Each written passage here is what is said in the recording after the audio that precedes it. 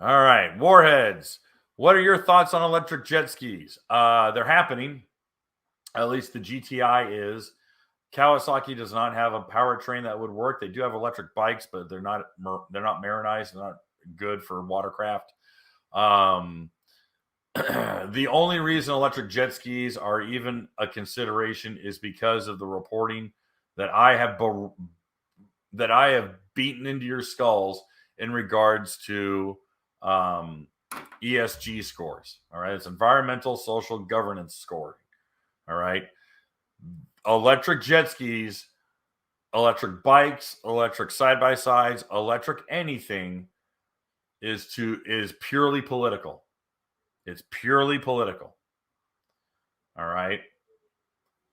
We just saw hail damage absolutely wipe out a a 9-figure, multi-million-dollar solar farm. And I believe in Oklahoma or northern Texas.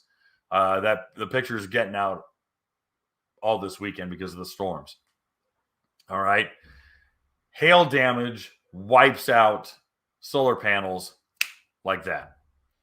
And there isn't an infrastructure. There's no marina infrastructure set up to rapidly recharge watercraft and boats. So there's no infrastructure. So anyone who puts out an electric ski first or is hot to do it, they're doing it for political clout. All right. They're doing it for environmental scoring so that they do not get penalized by an activist government and activist agencies. And right now, battery technology, powertrain's easy.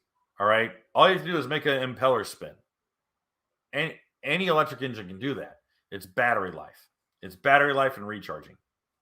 And the infrastructure isn't there. Hey guys, thanks for hanging out. This clip was taken from our weekly podcast that we record here every Sunday night at 8 p.m. Eastern Standard Time.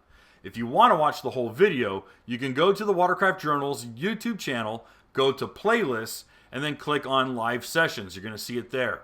Otherwise, go ahead and leave a like, a comment, and definitely subscribe to the channel. It helps us grow. And again, thanks again for watching our videos, and we hope to see you soon.